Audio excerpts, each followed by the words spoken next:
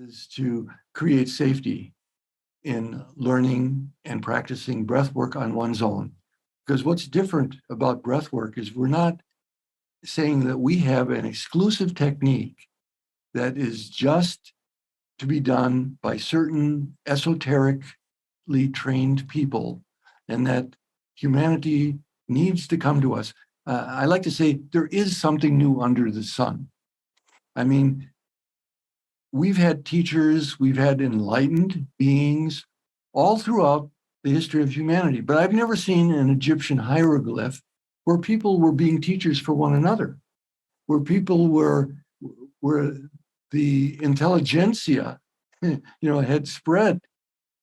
Now, this doesn't mean everyone should be in instantaneous breath work with everyone else, but it means that we are teaching people to self-regulate, to use these techniques for themselves, and when ready to get training, to be able to share them with others. This is a grassroots movement that we want to lend safety and accountability for. And that's personally what I would like to leave as a legacy, the groundwork, the framework for that. I also know that there's no organization, no set of rules, no set of guidelines that lasts forever. Things are organic. So we want to set something up that's flexible, that's continually growing and learning, not like we have carved it in stone and this is the way it should be forever. We don't know that. We don't know what's going to come along. I'm going to use this opportunity to give an example of this for myself. Now, back when I was in graduate school, we had no courses in trauma. Trauma, the only thing that was closely labeled traumatic would be shell shock from people that came from war. We didn't know about everyday traumas that people have, getting a dental operation or a car accident or things like that. Okay, so all of a sudden trauma became a huge subject in all domains of healing, psychotherapy, physical therapy, everywhere. It's not worthwhile unless it's trauma informed. Okay.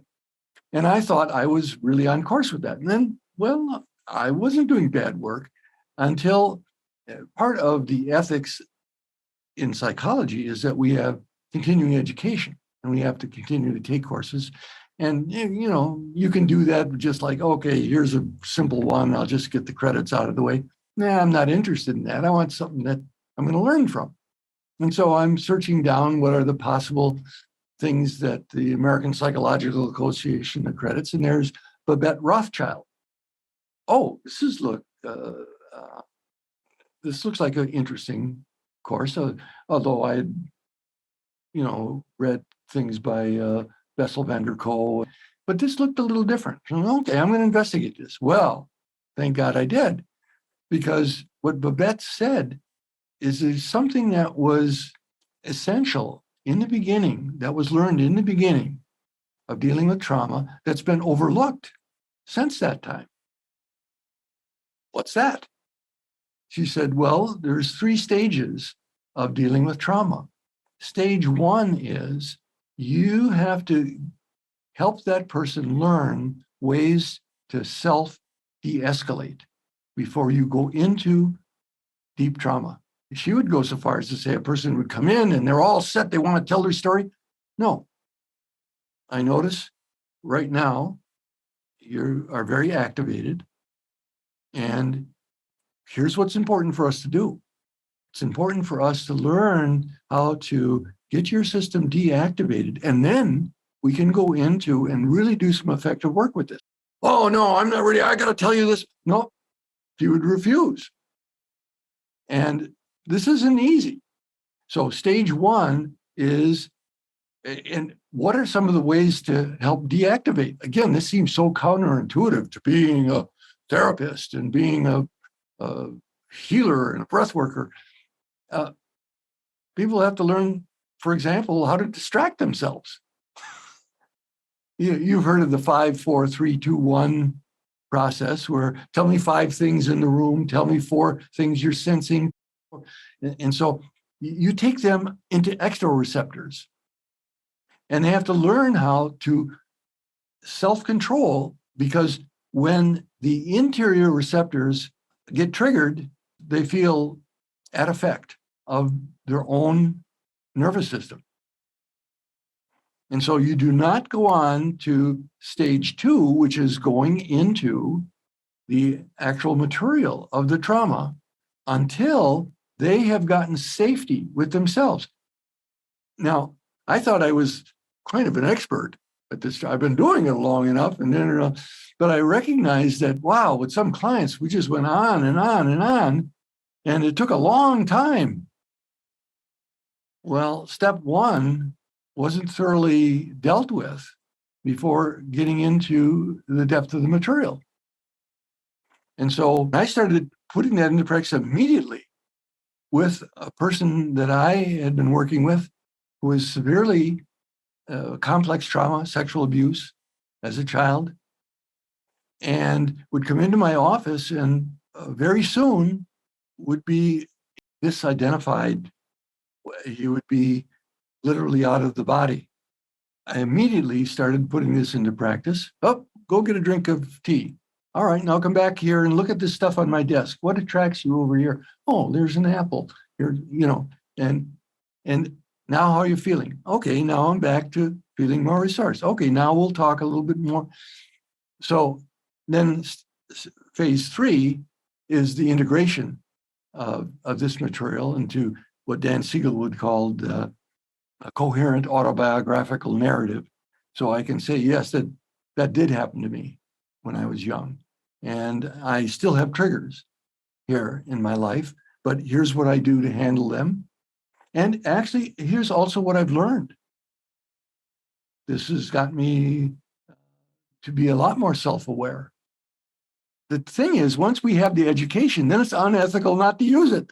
The GPVA is an organization that's set up to oversee things, but not control everything.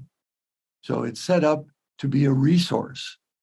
And I always tell people who say, I'm looking for a breath worker, do comparison shopping. Look around. Presence is being one of the most important things. And doing our own work, that's continuing to reinforce and aliven and having our presence be a living, three-dimensional, technicolor invitation for safety. And different people are going to be attracted to different practitioners. And that's why I advise them, don't just look for the written material, actually talk to that person. See, what's your sense? Do you resonate with that individual? It doesn't mean you have to like them or in any way attracted to them or something, but is there that inner sense in you that says, yes, there's something here that feels important to me to pay attention to? And then also when to say adios, when to move on. And this is important also for practitioners, I believe, is this is not about holding on to clients. Some of them will come in for one session with you, and they got what they needed in that. And I know many clients will come in and say, oh, this is the greatest thing. I spent years in therapy, and I even went to other breath workers, but you're the best. And I take all that with a grain of salt. I think everything that you've done before you've gotten here is what you needed to do in order to be ready for this. And who knows, next month, next week, you're going to be talking to another person saying, oh yeah, that last practitioner, he didn't have near what you have. You got the best, It's like, it's okay. It's okay. Some people, we are there for a brief encounter and some education. Other people will go on. And we can get into, oh, I didn't completely heal them. Oh, no, that's not our job, is to do things to others.